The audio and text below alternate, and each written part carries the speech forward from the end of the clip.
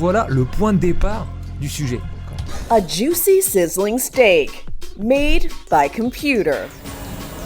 La gueule du truc. While obtaining C'est ça qui m'a regular fait passer, en meat fait. C'est la gueule du truc en fait. On dirait un by Lego. computer.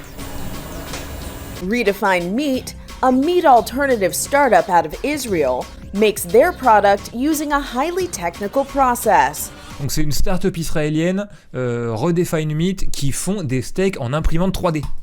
The mix of soy and pea protein, chickpeas, Donc beef c'est un mélange de pois chiches, de soja et de protéines de pois. is formed into steak-like shapes using a 3D printer. Our goal is to become the largest meat company in the world. Notre but est de devenir la plus grosse entreprise de viande du monde. Just by harnessing technology instead of animals.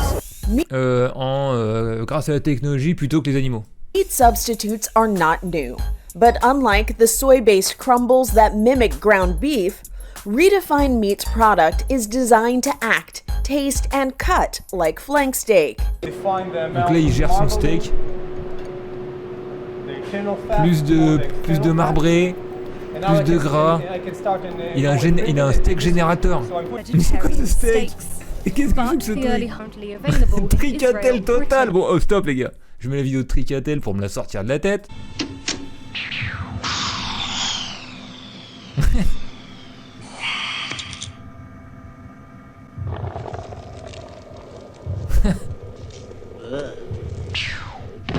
Les bruitages, qui a fait ça?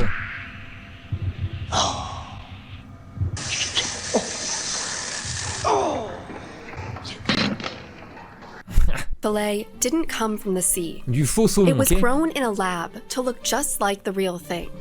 There are a lot of questions that Bon alors ça a l'air d'un petit blob en plastique. Salmon is one of the most popular fish in the US.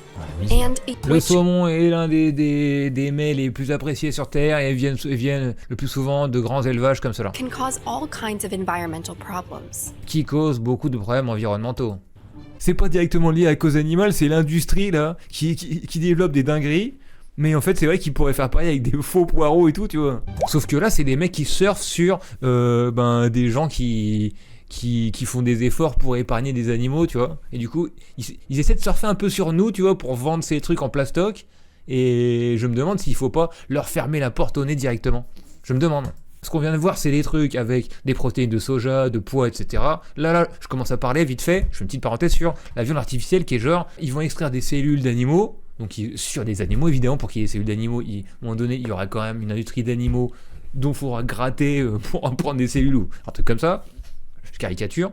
Pour reproduire ces cellules en usine ou en labo pour faire... voilà, je vous explique là, attendez. Fabrication de viande in vitro. Collecte de cellules par le biais d'une biopsie sur un animal vivant ou à partir d'un morceau de viande fraîche. Donc c'est basé sur l'exploitation animale. Extraction de cellules souches. Solution nutritive synthétique animale ou végétale avec sérum de croissance. Ok.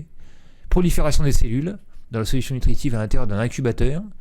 Fabrication des fibres musculaires, donc les cellules vont naturellement se développer en ce qu'on leur a dit de se développer, donc ils vont vouloir des muscles, des trucs un peu tendres et tout. Et viande cultivée comme produit final. Je suis totalement opposé à ce type de pratique, censure Gilles Luneau. La viande peut être définie comme la chair provenant d'un animal mort. Cultiver de la viande relève d'une chimère. Mais attends, il y a une bande de mecs aussi qui sont contre cette industrie, mais qui sont pour tuer des animaux. Genre pour eux, il faut continuer à tuer, sinon c'est une chimère, c'est pas traditionnel.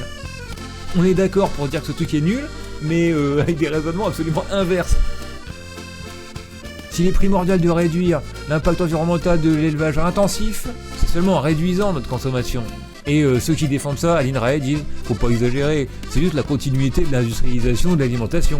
Le marketing nous a fait oublier l'origine de la viande. Pour en manger, faut tuer les animaux. Demain, il se peut que l'imaginaire autour de la viande cultivée change. Pour s'habituer à en trouver au supermarché, comme il est probable que la consommation de protéines végétales augmente à cause du changement climatique. Les régimes alimentaires ont toujours évolué au cours de l'histoire. Bon, ils ont des débats entre eux sur ça, d'accord. Mais il existe ça aussi, d'accord. Et c'est différent, et je voulais en parler. On va faire un petit tour sur l'imaginaire, parce que ça existe depuis peu, mais ça existe dans les esprits depuis un certain bout de temps. Surtout grâce à la science-fiction. C'est pour ça que je suis fan de science-fiction. Star Trek, c'est un monde où l'humanité... Enfin, c'est un univers où l'humanité a réussi à s'unifier au niveau mondial, donc il n'y a plus qu'une seule république mondiale où tous les peuples coopèrent avec des assemblées, etc.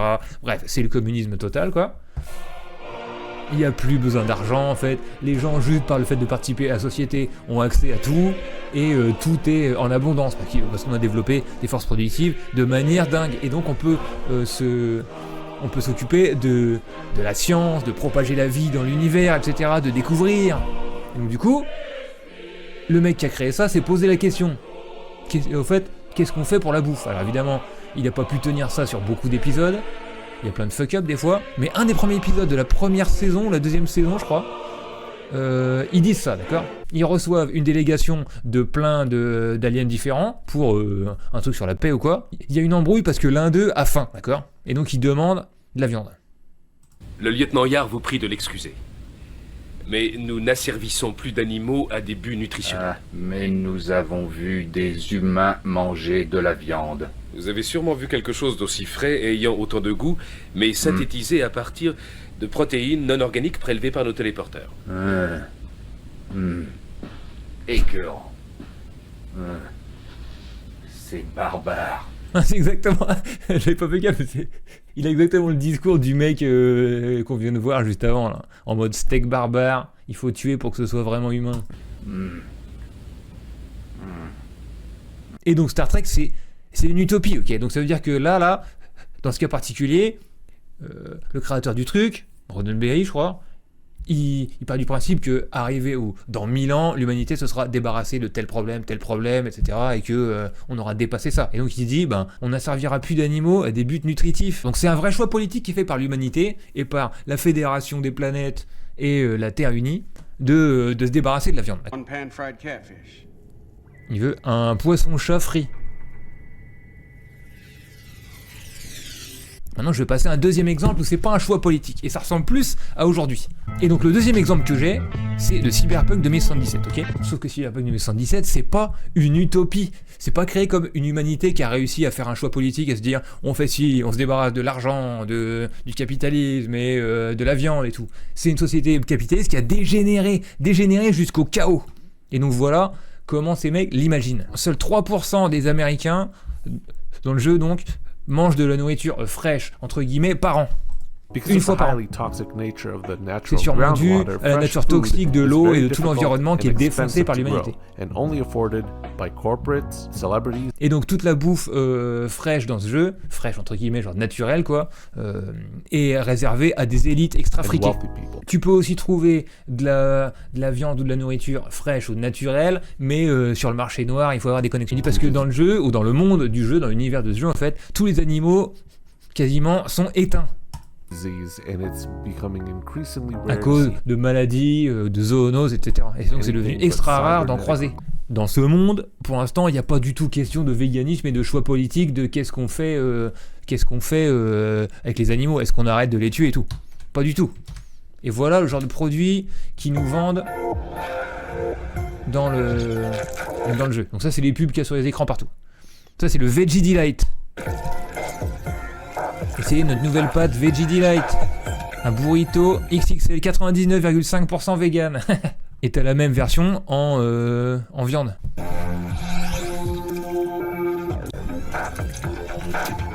Ce produit Slaughterhouse contient du Easy Beef, du bœuf in vitro de culture. Du Power Pork, viande synthétique. J'ai l'impression que Redefine Meat, ça ressemble carrément plus à ça plutôt que au synthétiseur de Star Trek, parce que en fait ils veulent pas remplacer la viande. En général, ils veulent faire une alternative parce que ça va peut-être devenir cher avec le changement climatique. En fait, on n'arrive plus à un cyberpunk qu'à un Star Trek. Ok, imaginons, il n'y a pas la question du véganisme ni rien, d'accord. Juste, on se dit écologiquement pour le changement climatique, est-ce que c'est mieux? Okay. J'ai trouvé un article de l'INRAE qui disait que en 2015 en tout cas, la production de ces trucs synthétiques en labo, ça demandait beaucoup de ressources en termes d'énergie, d'électricité et tout, du coup c'était pas encore rentable, mais que c'était possible dans un futur proche d'être moins polluant, en tout cas moins demandeur en énergie que l'élevage. En fait, parce que l'élevage c'est une des principales causes de pollution dans le monde. Juste la production de viande pollue autant en termes de gaz à effet de serre que tous les transports sur Terre. Si on est juste un écolo de base, d'accord. Ça fait sens. Ça fait parfaitement sens. Après, si on est juste un écolo de base, est-ce qu'on a envie de se blinder de malbouffe alors qu'il existe des trucs beaucoup plus sains et sûrement meilleurs que ça? Je ne sais pas trop, mais bon bref. Et maintenant, si on se place du point de vue pour les animaux, si moi perso j'ai décidé d'enlever tout ce qui est animaux de mon alimentation, j'ai pas pensé au réchauffement climatique du tout, je m'en foutais de ça. C'était pour les animaux que moi perso en tout cas j'ai fait ça. Du coup, tous ces arguments précédents là, ça m'en touche une sans faire vibrer l'autre, vous comprenez bien. Qu'il y ait des alternatives de viande entre guillemets qui ressemblent à de la vraie viande de cadavres d'animaux. Je suis pas non plus convaincu que ça fasse baisser la production de viande dans le monde. Hein. Parce que la semaine dernière, on a bien vu, toutes les offres par exemple, genre Burger King, McDo, KFC ou quoi, ou KFC qui faisaient des offres vegan dans leur magasin, en fait, ils le faisaient parce que ça augmentait les ventes de viande à côté, genre les soi-disant véganes qui vont manger à Burger King et tout, et ben en fait ils viennent avec des potes et tout, qui achètent des steaks et tout, et enfin voilà. Du coup c'était une porte d'entrée pour faire plus de bénéfices. Ça remplace pas de la viande, c'est un truc en plus, c'est un nouveau marché qui s'ouvre en fait. J'aime pas trop que ces gens se servent de nous, des gens qui veulent faire des efforts pour les animaux, tu vois, qui deviennent véganes et tout, pour vendre ça, tu vois, genre qu'on soit la rampe de lancement pour une nouvelle industrie de trucs dégueux façon tricatel quoi. J'ai pas envie de servir à ça quoi, vous voyez. J'ai pas envie de me faire utiliser par l'industrie, tu vois, pour créer un nouveau marché. Je vous mets un petit article vite fait que j'ai découvert.